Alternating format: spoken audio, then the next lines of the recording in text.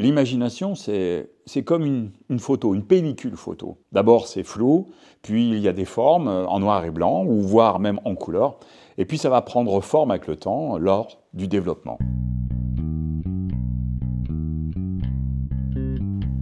Et bonjour à tous. Alors, c'est pas la première fois que je fais ce style de vidéo, mais ça me tient à cœur.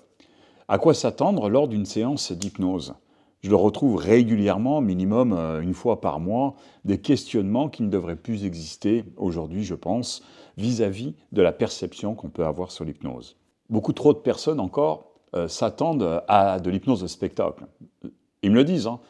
Je pensais que j'allais dormir, que je n'aurais rien à faire, que je ne vais rien entendre, que je serai ailleurs, que je n'aurai aucun souvenir et surtout que je n'ai pas d'effort à faire. L'hypnose est un outil, je répète, un outil, un placebo, tout d'abord, où l'imagination va créer une réalité qui deviendra petit à petit la vérité de celui qui imagine. L'imagination, c'est comme une photo, une pellicule photo. D'abord, c'est flou, puis il y a des formes en noir et blanc, ou voire même en couleur, et puis ça va prendre forme avec le temps lors du développement. Ça devient une réalité, puis une vérité lorsqu'elle est conscientisée et sensorialisée. Alors, je voudrais faire une parenthèse dans cette vidéo où il serait intéressant que les formations académiques intègrent l'apprentissage du fonctionnement et des comportements humains, et puis des émotions.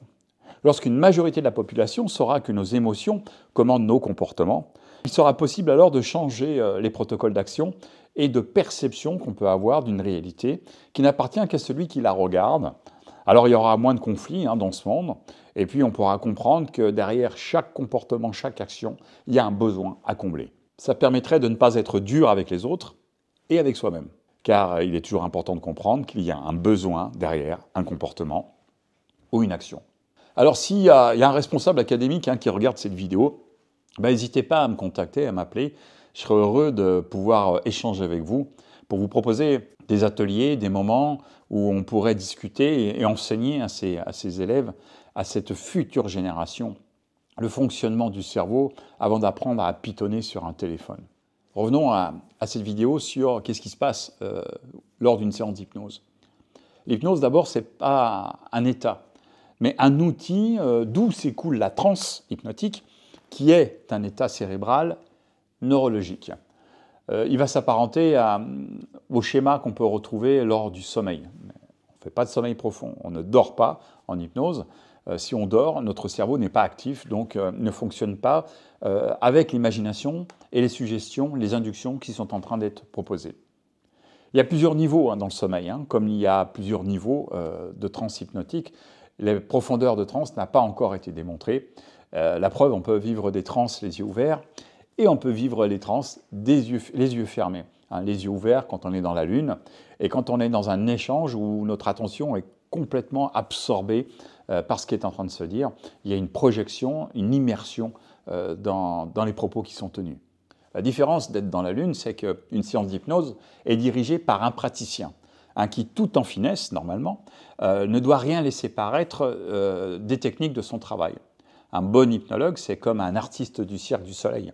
Plus son numéro paraît facile, plus son expertise et sa qualification sont grandes.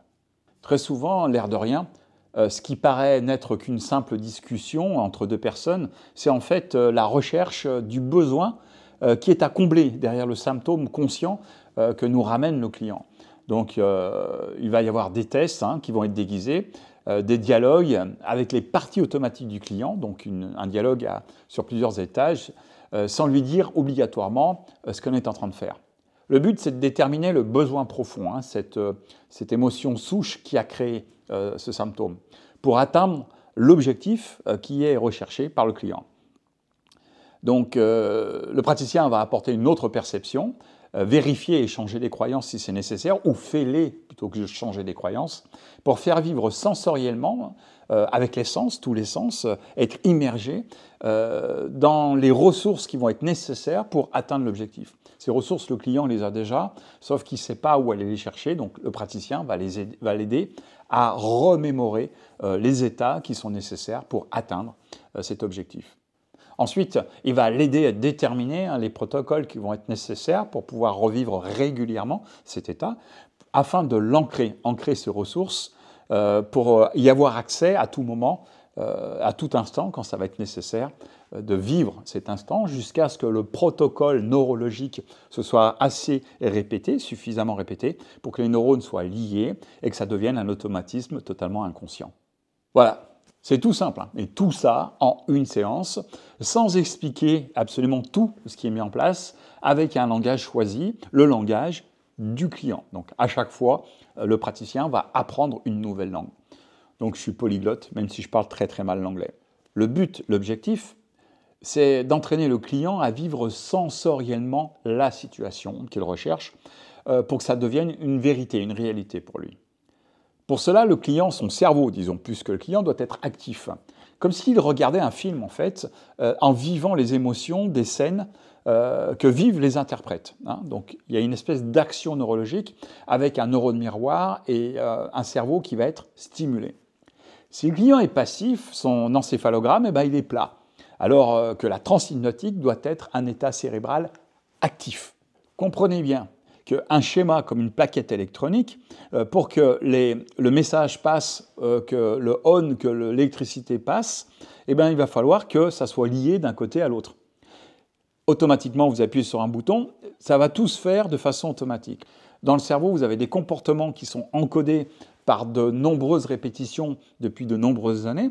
Donc pour pouvoir le changer, il faut reconstruire un nouveau schéma. Reconstruire un nouveau schéma, c'est faire revivre sensoriellement une mémoire. Ça veut dire que c'est des émissions de molécules. Ces émissions de molécules vont lâcher des protéines qui vont finir par créer une liaison. Hein, c'est comme si vous traversez une pelouse, vous allez marcher sur l'herbe la première fois, vous allez à peine la coucher, la deuxième fois, vous allez la coucher, la deuxième fois, vous allez faire un chemin de terre, enfin la énième fois, jusqu'à, pourquoi pas, la daller ou la bétonner pour pouvoir créer quelque chose d'automatique. Un comportement émotionnel, une fois qu'on a changé la perception de l'émotion, ça veut dire qu'on va changer la perception des croyances, on va pouvoir recréer un nouveau schéma, prendre de la distance pour pouvoir observer d'une nouvelle manière une autre vérité que celle qu'on avait.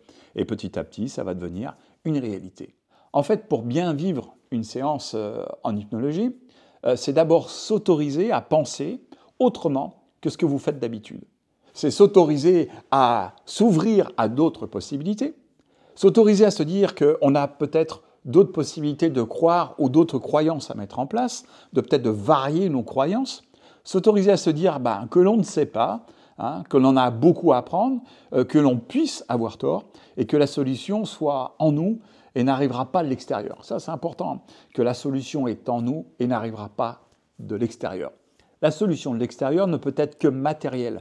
Et quand on veut changer une croyance, un comportement, une pensée, ça vient de l'intérieur. Ça ne va pas arriver de l'extérieur. C'est la perception intérieure qui va changer notre croyance. Une fois que ce travail a été fait, il est nécessaire de répéter après les séances, comme je vous l'ai dit tout à l'heure, pour pouvoir réaffirmer ces sensations qui ont permis d'avancer dans l'objectif sensoriel pendant l'expérience. C'est-à-dire de revivre à nouveau cette sensation pour recréer des émissions de molécules, pour petit à petit, par répétition, créer un chemin qui va pouvoir s'installer. Il est clair qu'un hypnologue, on va le consulter pour une problématique, allez, 2, 4, 5 fois maximum pour la problématique. Hein. Après, ça devient de la thérapie, de la psychologie, mais pour une problématique, c'est entre 2 et 4 fois. Mais entre-temps, il faut faire de l'auto-hypnose. Parce que ce n'est pas en 2 fois qu'on va créer un protocole, c'est en plusieurs fois de répétition. Milton Erickson travaillait avec ses clients entre 30, 50, voire plus de séances. Entre 30, 50, voire plus de séances. C'était un psychologue, hein, n'oublions pas. Donc ce n'est pas avec entre 2 et 4 séances qu'on va pouvoir atteindre le même résultat que Milton Erickson ou avoir autant de temps que Milton Erickson. Donc il faut évoluer avec le temps. Aujourd'hui, nous faisons de l'hypnose post-ericksonien, et il y a un mélange à faire. Milton Erickson avait une façon de travailler. Aujourd'hui, on a Farelli, qui est décédé il y a quelques années, il n'y a pas très longtemps, mais il y a d'autres choses à mettre en place qu'on va additionner à l'outil de l'hypnose. Je dis bien l'outil de l'hypnose pour pouvoir aller plus vite dans notre accompagnement. Alors j'offre depuis plusieurs années des soirées, des ateliers auto-hypnose, hypnose, des petits moments, 1h30, 2 heures, qu'on peut passer ensemble, ce que j'appelle des cabinets publics, où il va y avoir des expériences, une rationalisation, une théorie peut-être de temps en temps, qui peut être nécessaire pour comprendre ces outils de l'hypnose. Et par la suite, de la pratique. Alors, pratique, qui veut, hein, personne n'est obligé de pratiquer. Ça va être de l'hypnose, de l'auto-hypnose. On est très loin de l'hypnose de spectacle. On va parler d'hypnose conversationnelle, de l'hypnose ericksonienne. Apprendre à lâcher prise pour pouvoir reprendre un contrôle qu'on a perdu. Et ces cabinets publics, il n'y a aucun prérequis pour venir. Quelles que soient vos capacités, quelle que soit votre école, quel que soit votre niveau, vous êtes tous les bienvenus. Donc vous avez le premier en début février, à Montréal, le 6 février. Rejoignez-moi entre 18h30 et 20h30 environ. Parlons d'hypnose, pratiquons de l'hypnose, pratiquons l'auto-hypnose et puis surtout comprenons comment nous fonctionnons. Acceptons que l'on ne se connaît pas et que le dialogue qu'on peut avoir avec les autres, il faut déjà commencer par l'avoir avec soi-même. En avançant avec soi-même, ce dialogue va nous permettre de changer nos protocoles et puis nos émotions. Découvrez qui vous êtes, apprenez à vous connaître pour bien comprendre et mieux comprendre les autres. Et puis si vous avez l'intention de vouloir aller plus loin, rendez-vous sur mon site.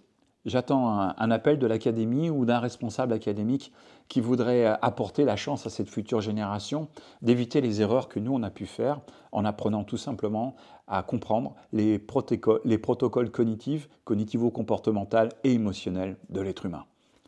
Allez, faites confiance à la partie qui sait. À très bientôt.